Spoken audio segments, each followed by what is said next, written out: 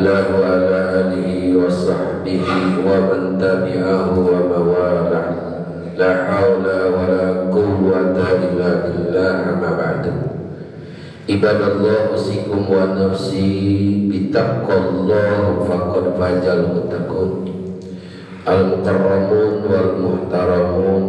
Guru kita Habib Muhammad bin Zain Al-Habsyi dan juga guru kita Kiai Haji Abdul Basit dan juga guru kita Kiai Ahyar dan juga para asatidz yang lainnya yang tidak bisa saya sebutkan satu persatu, namun tidak mengurangi rasa takrim wa tajim saya kepada beliau-beliau. Mudah-mudahan guru-guru kita Allah berikan keberkahan dalam umurnya, disehatkan lahir batinnya, digampangkan urusan rezekinya,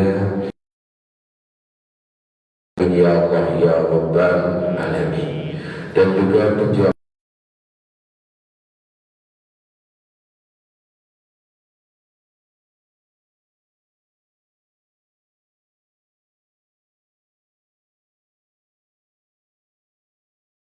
mengingat kemarin tanggal 17 Agustus itu hari kemerdekaan Republik Indonesia yang sekarang yang ke-79. Kita itu sekarang syariatnya sudah merdeka daripada penjajahan, karena Indonesia kurang lebih dijajah 350 tahun. Jumlah 350 tahun itu hanya dijajah oleh Inggris, Prancis, Belanda, dan Jepang. Dalam satu riwayat kita dijajah 350 tahun cuma sama Belanda. Dalam satu riwayat Belanda menjajah kita 100 tahun. Dalam satu riwayat Belanda menjajah kita 50 tahun. Dalam satu riwayat Belanda menjajah kita 40 tahun. Sisanya adalah Jepang dan Inggris, Prancis menjajah kita. Jepang 3,5 tahun menjajah Republik Indonesia. Dan alhamdulillah sekarang kita sudah merdeka syariatnya daripada penjajah. Tapi yang sebenarnya musuh kita itu bukan Inggris, Prancis, Belanda, dan Jepang. Musuh kita itu ada 4. Musuh terbesar itu ada 4. Prancis kecil, Inggris kecil, Belanda kecil, Jepang juga kecil. Termasuk Israel sekarang sebagai musuh orang Palestina itu musuh-musuh yang kecil dibandingkan dengan musuh kita yang 4 ini. Di dalam kitab Minhajul Abidin menurut Al-Imam Ghazali Hujatul Islam bahwa musuh terbesar itu ada 4. Yang pertama musuh besar itu adalah dunia. Dunia ini adalah musuh terbesar buat kita semuanya. Kenapa? Karena dengan dunia manusia itu bisa lalai. Karena dengan dunia manusia itu bisa bercerai. Karena dengan dunia manusia, gara-gara dunia manusia bisa terjadi peperangan. Dan dengan dunia kita bisa lupa kepada Tuhan kita sama sekali. Gara-gara dunia kita bisa lupa dengan Sang Pencipta kita sendiri. Betul apa betul? Saya tadi di jalan waktu kesini ketemu ibu-ibu kampung saya. Pulangnya sekitar 4:30 dia pulang dari pasar. Saya bayangkan dia tadi pulang 4:30 dari pasar. Saya udah yakin pasti pasarnya pasar Bogor. Luar biasa itu orang berjuang untuk mencari dunia. Dan juga itu ibu-ibu lagi. Bayangkan 4:30 udah pulang dari pasar. Mereka yang cuma mencari dunia yang tidak ada harganya sampai bangun malam, kok kenapa kita yang mencari akhirat kadang-kadang subuh sendiri kita tidak kuat. Betul apa betul? Ini dunia. Dunia itu masyarakat innamal hayat dunia ila mataul gurur. Sesungguhnya Wa ma hayatud dunya illa mata'ul ghurur. Tidak ada kehidupan dunia itu illa mata'ul ghurur, kecuali hanya dia membujuk kita, menipu kita, dan akan menghinakan kita di dunia, terutama kelak di akhirat. Maka jangan gara-gara dunia kita bertengkar dengan saudara kita, jangan gara-gara dunia kita bertengkar dengan tetangga kita, jangan gara-gara dunia kita bertengkar dengan teman kita. Ini gara-gara dunia, kadang-kadang bisnis kita dengan teman kita bisa cerai. Betul apa betul? Ini musuh kita yang pertama. Yang kedua, musuh kita itu adalah setan. Setan itu musuh kita yang kedua. Setan itu sampai kapanpun juga, Masya Allah, menjadikan musuh kita yang nyata. Karena Allah Ta'ala mengatakan di dalam surat Yasin, innahu aduwwun mubin. Sesungguhnya setan itu adalah musuh yang nyata. Maka dalam ayat yang lain, fatahidu adwa, jadikan setan itu musuh yang nyata. Setan itu ada terbagi dua, ada setanul jinni dan juga ada setan insi. Ada setan jin dan juga ada setan manusia. Ada setan manusia. Antara setan jin dan setan manusia ini lebih bahaya setanul manusia, setanul insi. Kenapa? Karena setan jin tugasnya cuma menggoda. Tapi kalau setan manusia bukan menggoda lagi, dia bisa mengajak kita ke dalam jurang kehinaan.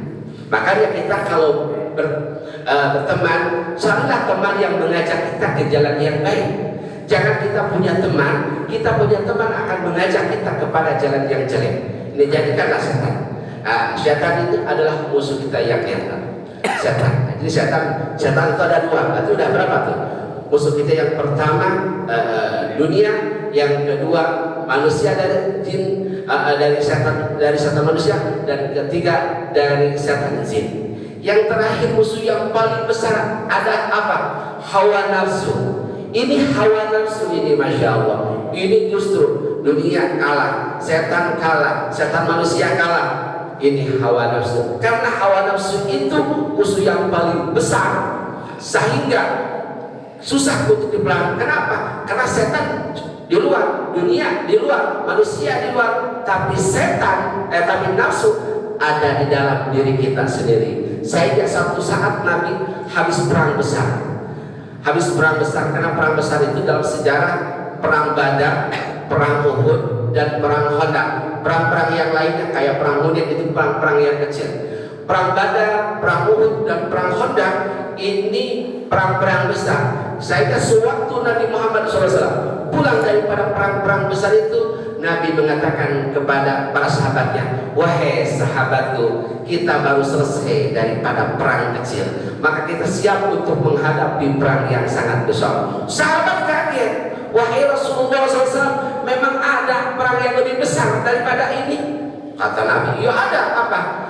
Perang harbun nafsi, memerangi hawa nafsu. Ini memerangi hawa nafsu, ya Allah, apalagi waktu subuh memerangi hawa nafsu gitu. Subuh itu enaknya bukan ngaji Yasin, bukan berjamaah sholat di masjid, tapi yang enak kita habis sholat di rumah langsung tidur lagi. Yang enak itu, apalagi seorang udah baca Yasin, dengerin ngaji sampai jam 6 karena setengah 7 ngaji.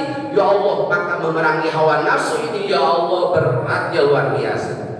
Hawa nafsu, jagalah hawa nafsu. Kenapa? Di dalam Al-Quran Allah mengatakan, inna nafsa amarah bisyu'u. Karena nafsu itu akan mengajak kita kepada kejelekan. Nafsu itu akan menggiring kita kepada untuk berbuat jelek. Masya Allah. Kadang-kadang orang bisa membunuh, kadang-kadang bisa bunuh gara-gara nafsunya. Orang bisa minum narkoba gara-gara nafsunya. Orang bisa berzina gara-gara nafsunya. Makanya kalau hari ini kita tidak bisa menaklukkan nafsu kita, wah, besok juga kita tidak akan bisa menaklukkan nafsu kita. Jangan sampai kita punya perasaan, wah kita masih muda atau kita masih ada kesempatan. Belum tentu besok dengan waktu muda atau tidak ada kesempatan kita bisa berbuat seperti kita laksanakan sekarang aja. Kalau sekarang sudah bosan, besok mah kita udah bosan nggak bakalan melakukan itu. Jangan. Kenapa? Karena sampai kapanpun nafsu itu ketika kita diumbar, percis itu nafsu itu seperti katiflik, seperti anak kecil. Anak kecil dimulai nyusu sampai dengan sehari, 2 hari, seminggu, sebulan, setahun, 2 tahun. Kalau memang tidak dilepas di umuran 2 tahun, sampai kakek-kakek pun juga itu manusia tidak akan lepas dengan susunya. Tapi dilepas dipaksa karena udah 2 tahun. Udah sangat 2 tahun dilepas oleh ibunya nyusu dengan berbagai cara. Wa ima caranya dikasih pahit susunya atau dijauhkan dengan susunya, akhirnya dia juga bisa berhenti nyusu daripada ibunya. Anak kecil itu bisa meninggalkan susu ibunya. Begitu juga nafsu yang kita kalau hari ini tidak kita taklukkan, hari besok juga kita tidak akan bisa menaklukkan hawa nafsu kita. Kalau subuh ini kita tidak mampu untuk berjamaah salat subuh, besok juga kita tidak akan mampu, besok lusanya juga kita tidak akan mampu. Kenapa? Karena hari ini kita tidak bisa menaklukkan nafsu kita. Jadi jangan main-main dengan nafsu.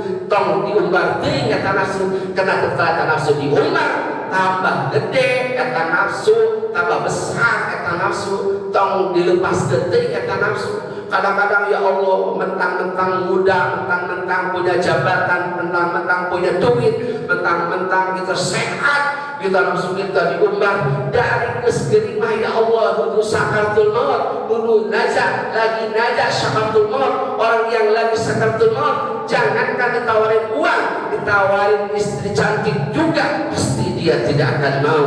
Jangankan uang, nih ada orang najah lagi sakaratul maut, ditawarin istri yang berumur 20 tahun, cantiknya sealam dunia, pasti dia tidak mau. Masya Allah. Jangan sampai kita menyesal. Umur kita sekarang sudah masuk umur 50 tahun, umur 60 tahun, kita masih mengombar hawa nafsu. Sampai kapan kita mau menaklukkan hawa nafsu yang kita miliki ini? Masya Allah. Jamaah rahmati Allah Subhanahu wa ta'ala.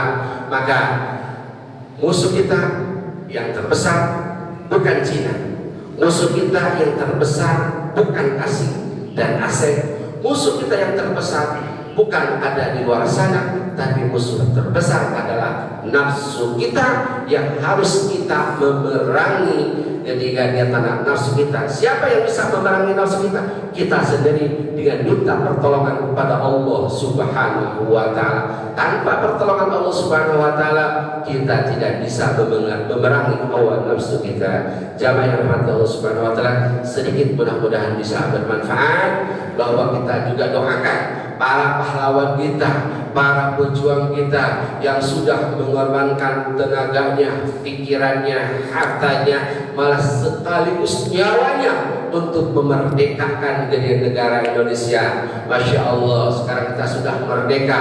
Jangan sampai kemerdekaan Republik Indonesia ini dikotori dengan maksiat, dikotori dengan nanggap dangdut, dikotori dengan nanggap seimpongan, hura-hura dan lain sebagainya.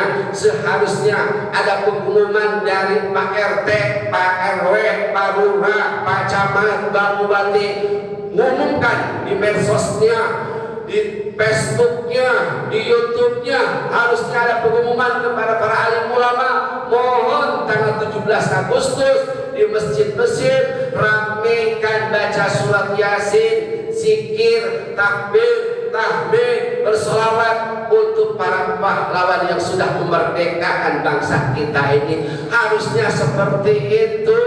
Malah justru kadang-kadang 17 Agustus kita kotori malamnya dengan dangdutan. Dangdutan itu mutlak haram. Dangdutan itu mutlak haram. Kita panggil dangdutan, orang yang ada di situ joget-joget, yang nyanyinya haram, yang panitianya haram, yang datangnya haram, maka semuanya kebagian haram. Tatkala di kampung itu ada dangdutan, maka seluruhnya akan mendapatkan dengan azab Allah Subhanahu wa taala. Maka hati-hati, jangan kita tertipu dengan kostumnya pakai sorban, kostumnya pakai kopiah haji, tapi dia dangdutan. Ingat, Dajjal itu hadirin rahmati Allah Subhanahu wa taala, kelak akan suaranya lebih keras. Dajjal itu keras. Dajjal yang kecil tuh di mana-mana akan terdengar, sehingga orang akan berbondong-bondong datang untuk mendatangi Dajjal. Apa Dajjal itu? Dada jemput ya kata empok, dan setiap artis-artis datang kalinya pasti masyarakat bakal datang.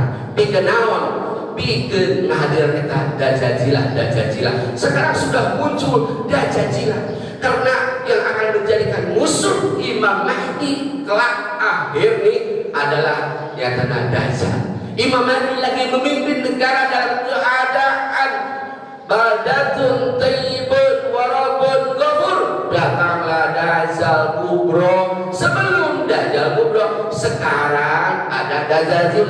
Dajjal itu yang memang ajakannya sama dengan Dajjal kubro, mengajak sebanyak-banyaknya manusia untuk bermaksiat. Hawas dangdutan itu maksiat. Udah tanggung jawab dosanya panitianya, yang manggilnya, yang hajatnya. Maka kita jangan sampai kita mau menghajatkan anak kita pengen berkah tapi manggil dangdutan. Hadirin rahmati Allah Subhanahu wa taala, musibah besar. Jangan ada kata-kata wah cuma sekali doang, ini undang berkah, undang azab. Undang murkanya Allah Subhanahu wa taala, bukan berkah, bukan azab, murka.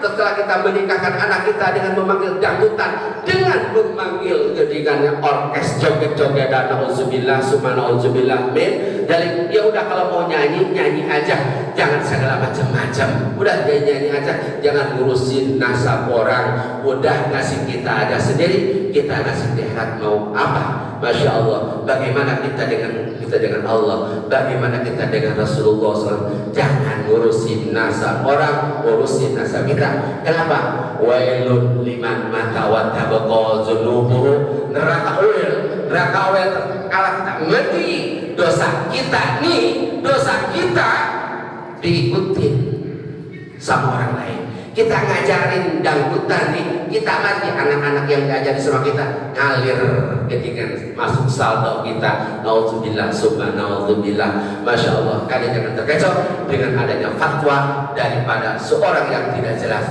Jelas kita punya guru, kita punya guru, kita punya guru, sampailah kepada Rasulullah SAW. Orang yang tidak jelas jangan sampai kita mendengarkan ucapannya. Hatta dari kiai juga, walaupun istilah sorban segede tampir dengan imamah segede ban Vespa, kalau dia tidak suka sama habaib, dia tidak suka sama ulama, jangan didengar.